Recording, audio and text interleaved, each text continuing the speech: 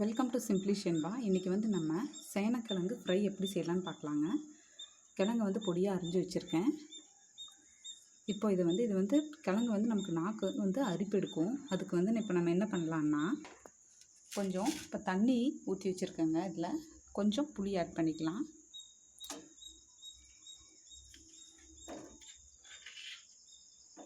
அது கூடவே கொஞ்சம் மஞ்சத்தூள் போட்டிருக்கேன். இது கொதிக்கட்டும். அந்த தண்ணி கொதித்ததுமே கிழங்க வந்து இதில் நம்ம ஆட் பண்ணிக்கலாம். கூட புளியும் போட்டிருக்கேன்.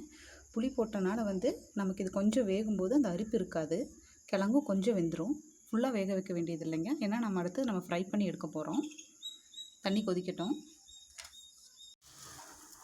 பாருங்கள், தண்ணி நல்லா சூடாயிருச்சு, கொதிக்கிற ஸ்டேஜ் ஆயிடுச்சு. இப்போ வந்து நம்ம கிழங்கு ஆட் பண்ணிக்கலாம். கிழங்கு எல்லாமே ஆட் பண்ணியாச்சுங்க. இது கொஞ்சம் வேகட்டும். ஆஃப் பாயிலில் நம்ம எடுத்துடலாம். எடுத்துகிட்டு நம்ம ஃப்ரை பண்ணணும். இப்போ இது கொதிக்கட்டும் நல்லா. பாருங்கள், இப்போ கொஞ்சம் வெந்துருச்சு, ஆஃப் பாயிலில் இருக்குது. இனி வந்து நம்ம இந்த தண்ணியை வடித்து எடுத்துக்கலாம். பாருங்கள், நம்ம நல்லா வடித்து எடுத்தாச்சு, ஈரமே இல்லை. இது கொஞ்சம் ஆறுனதும் நம்ம இப்போ பொரிச்சு எடுத்துக்கலாம்.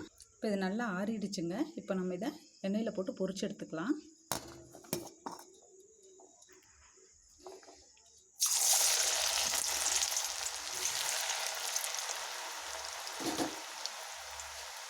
பாருங்கள், இது நல்லா ஃப்ரை ஆக வேண்டியதில்லை. ஏன்னா ஆல்ரெடி நம்ம வேக வச்சுருக்கோம்.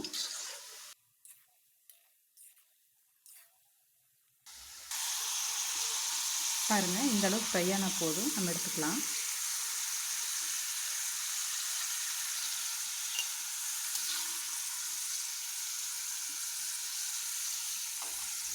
இப்போ இதே மாதிரி நம்ம எல்லாத்தையுமே பொரிச்சு எடுத்துக்கலாங்க.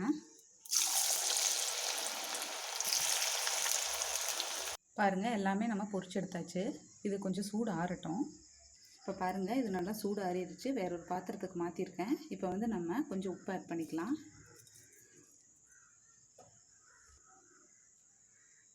மிளகாய்த்தூள்,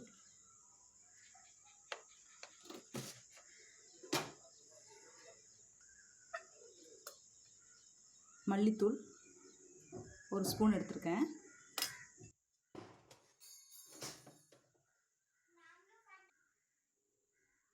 கொஞ்சம் சீரகத்தூள்,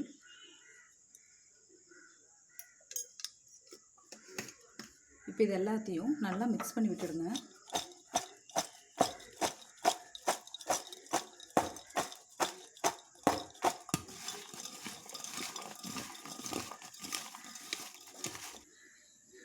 நம்ம பொரிச்சு எடுத்தோம் இல்லைங்களா, அதே கடாயில் கொஞ்சம் எண்ணெயை வடிச்சிட்டு ஒரு ஸ்பூன் மட்டும் எண்ணெய் விட்டு வச்சுருக்கேன். எண்ணெய் சூடாகிடுச்சு. இப்போ கொஞ்சம் கடுகு போட்டுக்கலாம்.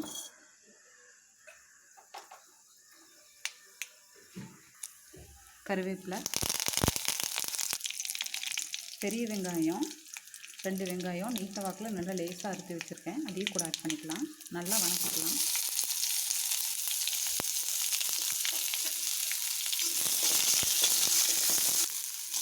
வெங்காயம் கொஞ்சம் வணங்கிடுச்சுங்க. இப்போ வந்து நம்ம மிக்ஸ் பண்ணி வச்சுருக்கிற சேனக்கிழங்கை ஆட் பண்ணிக்கலாம்.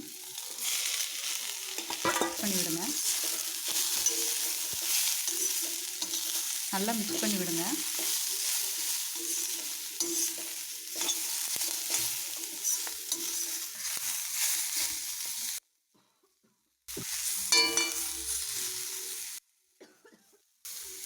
பாருங்கள், இப்போ நல்லா ஃப்ரை ஆகட்டும். அப்போ தான் நல்லா டேஸ்ட்டாக இருக்கும். இது வந்து நம்ம வேக வச்சு ஃப்ரை பண்ணி மறுபடியும் ஃப்ரை பண்ணுறோம். இது கொஞ்சம் டைம் எடுக்கும். பட் ஆனால் நல்ல டேஸ்ட் கொடுக்குங்க. இந்த மாதிரி செஞ்சு பார்த்திங்கன்னா இது நல்லா ஃப்ரை ஆகணும்.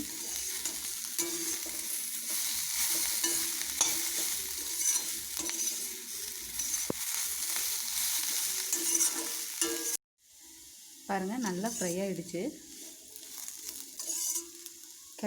சேனக்கிழங்குக்கு எப்போவுமே உப்பு மிளகாத்தூளில் கொஞ்சம் ஜாஸ்தியாக போடுங்க. அப்போ தான் நல்லா டேஸ்ட் கொடுக்கும். பெரிய வெங்காயம் போட்டு வணக்கும் போது அது ரெண்டும் காம்பினேஷன் நல்லாயிருக்கும். நீங்களும் ட்ரை பண்ணி பாருங்கள். பார்த்துட்டு கமெண்ட் பண்ணுங்கள். சிம்பிளி ஷென்பா சேனலை சப்ஸ்கிரைப் பண்ணாதவங்க சப்ஸ்கிரைப் பண்ணுங்கள். கூடவே பெல் பட்டனை ப்ரெஸ் பண்ணுங்கள். தேங்க்யூ.